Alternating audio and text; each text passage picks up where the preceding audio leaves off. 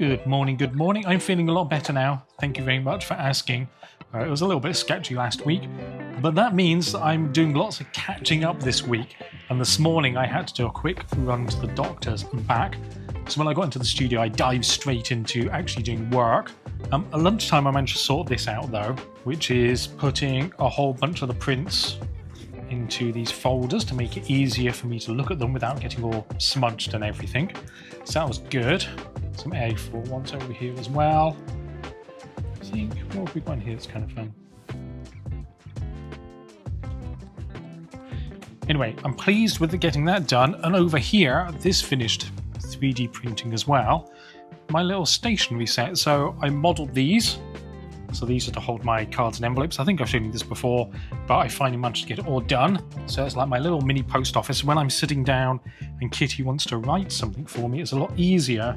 Whereas before things were in this box and it kind of slowed me down a little bit. Extra little bit of friction that you don't need. So I'm really pleased with that. The 3D printer continues to be a delight. I can highly recommend grabbing one of them. But I have done a little bit of Riso printing over at the other studio today, just a test print. I'll show you more about that later in the week. And I'm about to pack up to go home. But I just wanted to jump in ever so quickly. Tomorrow's going to be a mess as well because I'm still catching up with this work and I really want to get on top of it. I think it starts to chill out a little bit on Wednesday. We'll get back to normal on Wednesday. Anyway, I'll see you tomorrow. Well, good morning. It's Tuesday. It's nice and early. I'm still feeling good. Normally, I would go in now and do some of my own work and then my actual proper job. My work at the moment would be tutorials. I'm still feeling a little bit behind, and I think today is the day that I actually catch up with all of that. So I really like days like this where I go in and I only have one thing to do, and I'm just going to sit down, put some music on, and do some work, and then just work all the way through. But now, I feel like I can go in, I can set up for the day, answer Kitty's questions, get the 3D printer doing something, get my drawing machine to do something, and then get on with work. And that's very satisfying. It's taken a fair few weeks to get to this point, but feeling good now.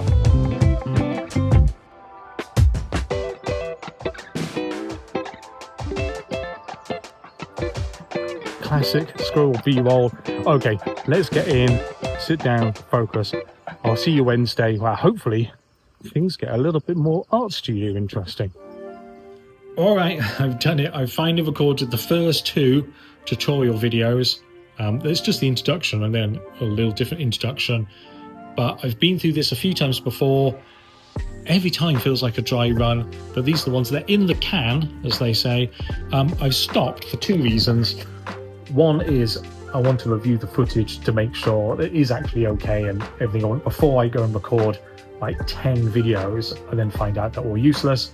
The first 2 are done. I think we're all good. It's always going to be something. Now the second thing that stopped me is this is what I use to control the teleprompter, and the battery just died. I don't have any spare batteries, and I'm forever sort of, when I make a mistake, scrolling back. So I'm standing here and I can't scroll back. So I figured after making the first 2 videos, it was a good time just to stop. Going to buy some more. So like I said, there's always something that gets in the way. Okay, feeling good. I did a whole bunch of work yesterday. I'm slightly more relaxed and chilled out today. I feel back on top of things. We might actually make or have a stab at making a simple photo zine based on old Flickr photos. Anyway, that's by the way. We'll see how that goes. Okay, chat later. Bye. I'm on my iPhone again because the camera's up in there.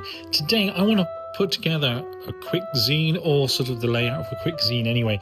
So this is the A3 sheet that can go through the Riso printer, and I want to use that for it. And sort of the thinking is, oh yeah, you can get 4 sheets of A5 on there, but I want to do a zine that's got full bleed, so I need to trim down, and you can't print all the way to the edge.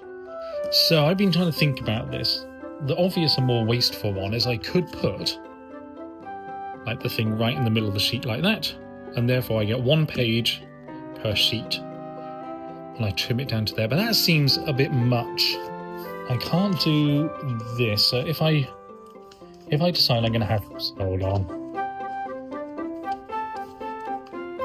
Let's just very quickly fold it like that. So you'd think, oh yeah, out of an A3 sheet I can get like all these A5 things. But if I look over here to the zine rack and pick maybe this and this, because these are a good size. I like the size of this. This is definitely smaller than A5. So if I had something centered on there, I think these margins are enough, and I can get 2 sheets per thing.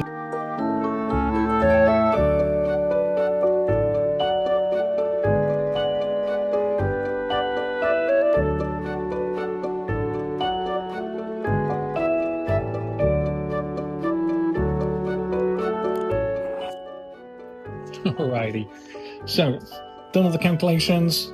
Here it is.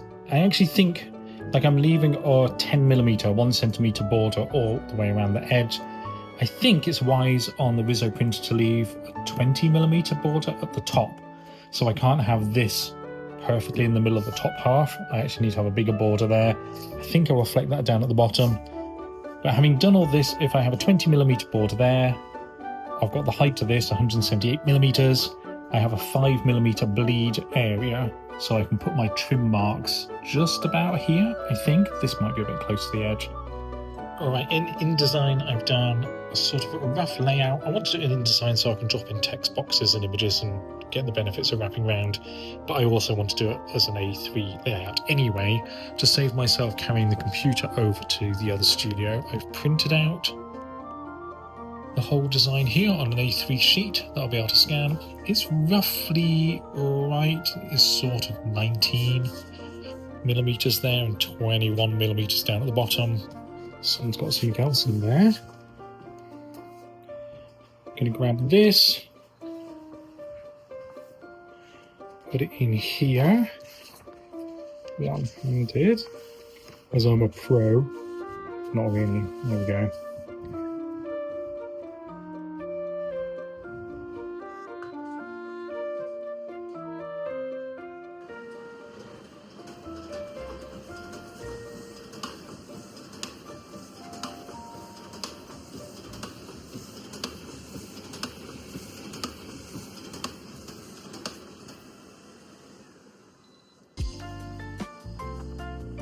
I've got all these done. They look good. They're good enough for folding and numbering and getting a feel for the thickness of the zine based on the paper.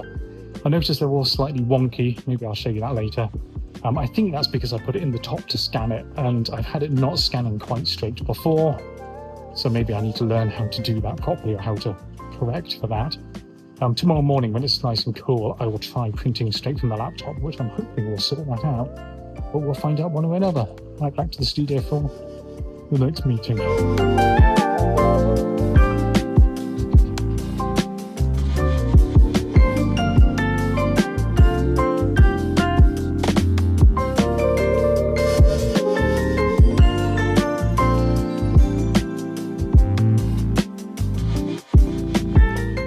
It is officially hot, 29.1 Celsius. So let's get this day finished.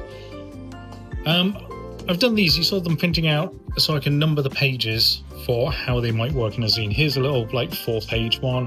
1, 2. So here we go. 1, 2, 3, 4. That's fine.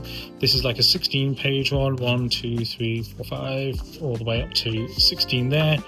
Just want to talk about this one a little bit. So it's usually just 4 pages. And it looks a bit like that.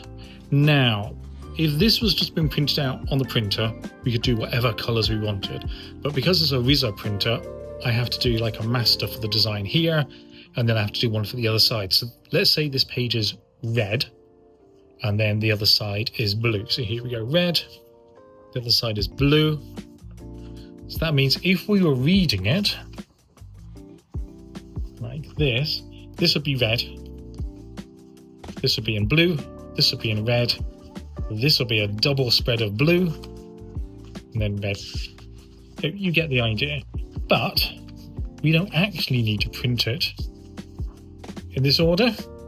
We could print it like this, and it would still work, and then this would be red, double page spread here, and then pages 2 and 3 would be blue. So instead of alternating colors, we kind of go red, blue, blue, red, red, blue, blue, and then red.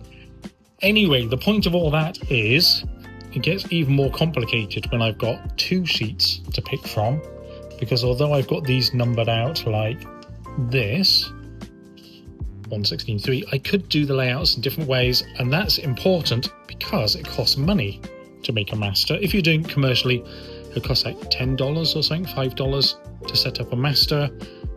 So if I did this all in one color, different color, doesn't matter if it's the same color, and another color, that's 4 masters I have to make. That would be $40 to make this zine. I could print 100 of them or 50 of them. That brings the price down.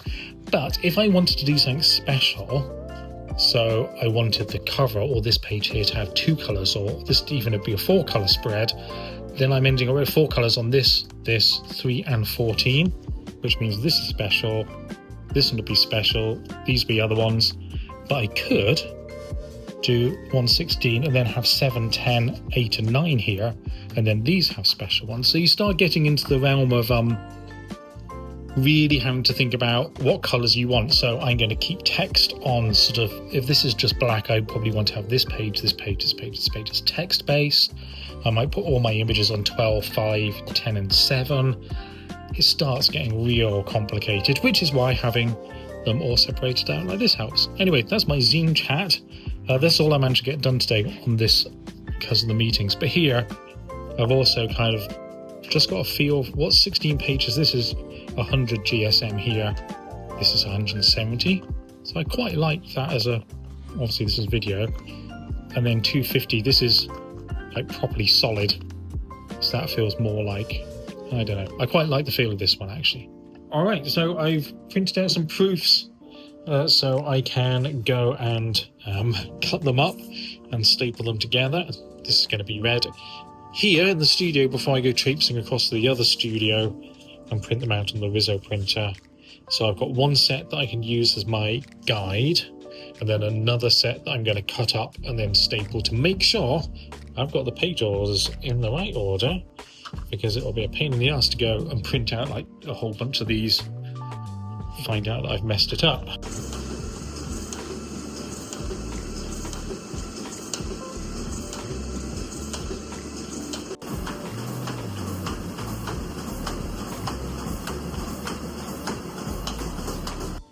Alright, I've got these 4 done. On to the last one now. The nice thing about this is I know that this is supposed to be 128 millimeters wide. So even though we've now lost the trim marks, if I put this here and do it nice and flat with the top, and then measure 128, which is 2 less than 130, I know that that is the right distance to do this.